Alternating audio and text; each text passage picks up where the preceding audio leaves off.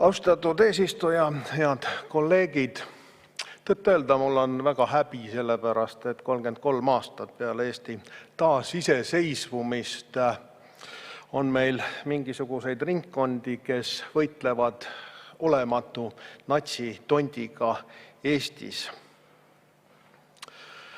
Väide, justkui Eesti tunnustega Saksa mundris mehe, kes võitles bolševismi vastu ja Eesti iseseisvumise taastamise nimel, nagu ausambal nimetatud, kannaks endas mingisugust natsisümboolikat, kujutaks endas mingisugust varjatud ohtu, on ju tegelikult täiesti selgelt kantud Vene putinistlikust narratiivist. Me kuuleme iga päev ja kuulsime ka varem, kuidas Eesti on üks väike vastik natsiriik, kes tuleb likvideerida. Ja tundub, et meie siseministri juhtimisel käib see likvideerimine praegu meie ajaloolise mälu kallal. Tegelikult on asi äärmiselt lihtne. Need, kes võitlesid relv suunatud Eesti poole, need olid anastajad, agressorid ja okupandid ja kõik need, kelle relv käes oli suunatud siis peale tungima Punaarmee vastu. Kõik need Eesti mehed võitlesidki Eesti iseseisvuse nimel.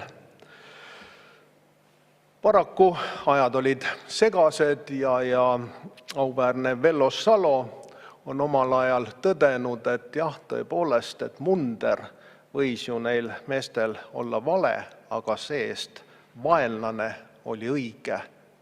Ja vaenlane oli õige ja see võitlus oli õige ja õigustatud. Ja seda on osatud seletada nii Soomes kui ka nüüd kuulsime Lätis, kus on mitmeid sarnaseid ausambaid ja kellelgi ei tule pähe saata punast kraanat neid ära viima ja mingisugust ekspertiisi tegema. Riik ja valitsus, ajaloolased on täiesti selgelt suutnud maailmale selle tõe välja tuua. Ka meie ajaloolased on seda teinud, aga millegipärast osa meie valitsustest ei taha seda kahjuks omaks võtta. Ja miks oli see vale munder, kuigi Eesti tunnustega, sellest rääkis eelkõneleja Jaak Valge, kes tsiteeris ju nii Jüri Uluotsa kui August Rei ütlemisi ja üleskutseid Eesti meestele tulla võitlema Eesti eest. Ja 70-80 000 meest seda tegid ja müts maha nende eest. Me peaks sügavalt austama nende mälestust, aga kahjuks seda ei lubata, kuigi siseminister räägib, et mälestust ei keela keegi ülal hoidmast. Aga tegelikult saadetakse punane kraanat, saadeti 20 aastat tagasi, siis oli asi veel hullem, saadeti lausa märulipolitsei koerad ja lasti inimestele gaasi näkku. Seekord piirduti siis ainult politseinike ja punase kraanaga, jumal tänatud.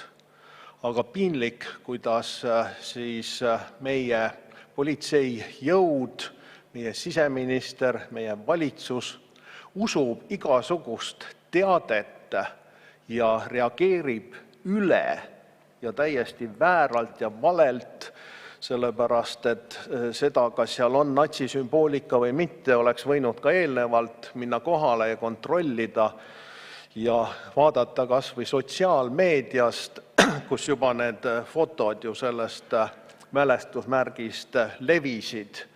Ekspertiisi oleks võinud teha tükk aega enne seda häbiväärselt aktsiooni. Ja ma mäletan, kui siin ühel samateemalisel arutelul siseminister Läänemets väitis, et kõiki neid ausambaid tuleb koheldada võrdselt, siis me näeme, et tegelikkuses see ei ole sugugi niimoodi. Meie Kaitseväe kalmistul meie vabadussõja sangarite haudadel laiutab see niinimetatud Aljoša pronksokupandi kuju, kus käivad iga aasta tuhanded ja tuhanded venemeelsed ja just nimelt eksponeerimas ennast ja seda kuju, seda agressiooni ja okupatsiooni toetaval ja õigustaval viisil. Aga see on justkui normaalne. Sinna me ei julge vahele sekkuda. Ja ma ei tea, kas siseminister on käinud seal kalmistul, siis see on äärmiselt häbiväärne. Ma saan veel aru, et Nõukogude okupatsiooni ajal, kui meie ei saanud midagi teha, siis maeti meie sangarite haudadele igasuguseid punalendureid ja muid okupante ja pandi nende mälestuskivisi üles. Ammu oleks aeg need sealt likvideerida. Aga mis kõige hullem, ka meie iseseisvuse ajal ja just nimelt viimaste aastate jooksul on Vene saatkond kogu Kaitseväe kalmistu täitnud kümnete või õigemini sadade mälestusmärkidega kõikvõimalikele Vene Nõukogude armee nii-ütelda jutumärkides kangelastele ehk siis okupantidele ja vähe sellest, et nad on täitnud nende mälestuskividega kõik tühjad alad. Nad on neid mälestuskive pannud ka sinna, kus on meie mälestuskivid.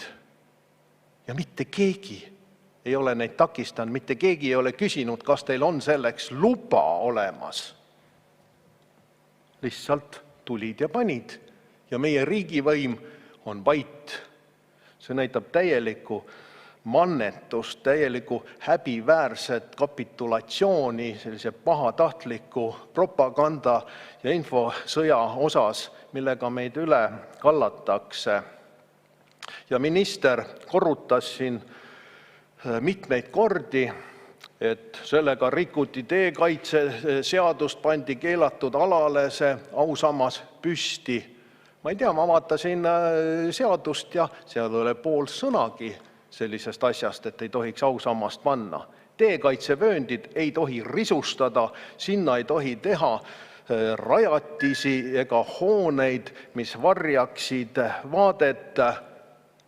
Mitte midagi sellist ei olnud. See oli kahe väikese tee vahel suurest maanteest kaugel.